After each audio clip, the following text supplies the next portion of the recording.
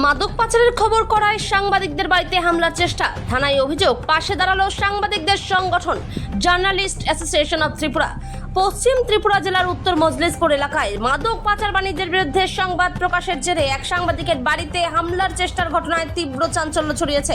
আক্রান্ত সাংবাদিকের নাম রথিস দেবনাথ।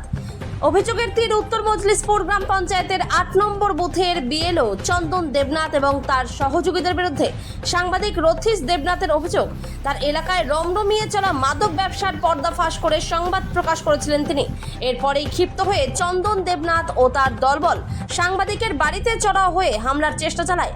ঘটনার খবর পেয়ে শনিবার সাংবাদিকের বাড়িতে ছুটে যান ভারতবর্ষের বৃহত্তম সাংবাদিক সংগঠন ন্যাশনাল ইউনিয়ন অব জার্নালিস্ট ইন্ডিয়ার অন্তর্ভুক্ত জার্নালিস্ট অ্যাসোসিয়েশন অব ত্রিপুরার রাজ্য সভাপতি বিক্রম কর্মকার। তিনি সেখানে গিয়ে সম্পূর্ণ ঘটনার খোঁজখবর নেন। এই কাপুরুষিত ঘটনার তীব্র নিন্দা জানানোর পাশাপাশি তিনি স্পষ্ট ভাষায় জানান, সংগঠন সর্বদা সাংবাদিকের পাশে রয়েছে।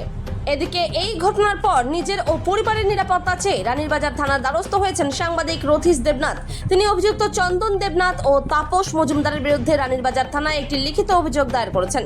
অভিযোগে জানানো হয়েছে, মাদক ব্যবসার খবর করার অপরাধে তাকে প্রাণনাশের হুমকি দেওয়া হয়েছে, পেশাগত দায়িত্ব পালনে বাধা সৃষ্টি করা হয়েছে এবং ভবিষ্যতে কোনো মিথ্যা মামলায় ফাঁসিয়ে দেওয়ার আশঙ্কা রয়েছে। পুলিশ ঘটনার তদন্ত শুরু করেছে। ত্রিপুরা থেকে বিক্রম কর্মকারের রিপোর্ট, বিগ নিউজ বাংলা। সেদিন বাড়িতে একা ছিলাম, গত পরশু দিন হঠাৎ করে বাইরে একটা আওয়াজ। তো আমি প্রথম বুঝতে পারিনি কী হচ্ছে, কারণ ভিতরে বসে ফ্যান চালিয়ে ফ্যানের আওয়াজ আমি ঠিক ক্লিয়ার শব্দটা পাচ্ছিলাম না। বাইরে গিয়ে দেখলাম আমার গ্রিল ভাঙার চেষ্টা হচ্ছে। চন্দন দেবনাথ, যার বিরুদ্ধে সংবাদ সংগ্রহ করছিলাম আমি, সে রাজনৈতিক পরিচয়ে থেকে নেশার বাণিজ্য চালাচ্ছে, যার বিরুদ্ধে মন্ত্রী সুশান্ত চৌধুরীর কড়া বার্তা রয়েছে। রাজনৈতিক পরিচয়ে কেউ নেশার বাণিজ্য চালাতে পারবে না এই অত্র এলাকায়।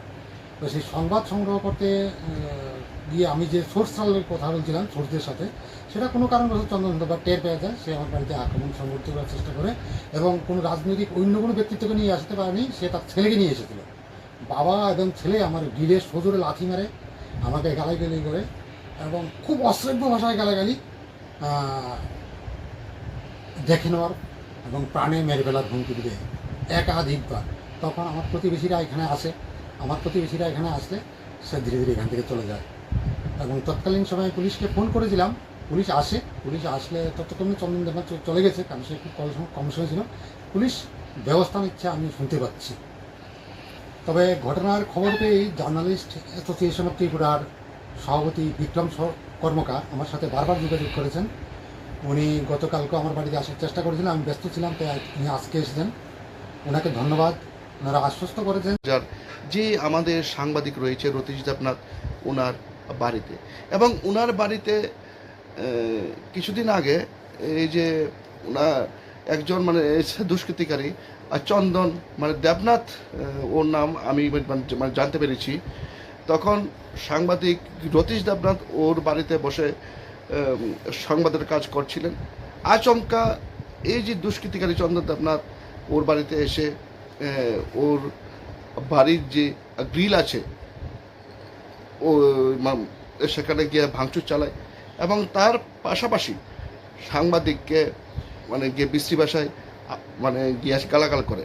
এবং সাংবাদিক রথিস দেবনাথের একটাই দোষ, সে কেন মাদক পাচারকারীদের বিরুদ্ধে খবর করেছে।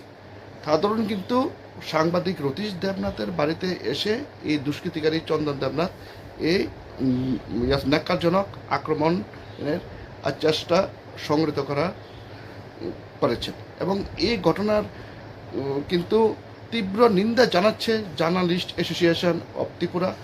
এবং সাংবাদিক রথিস দেবনাথের পাশে জার্নালিস্ট অ্যাসোসিয়েশন অব ত্রিপুরার গোটা টিম আছে এবং সাংবাদিকের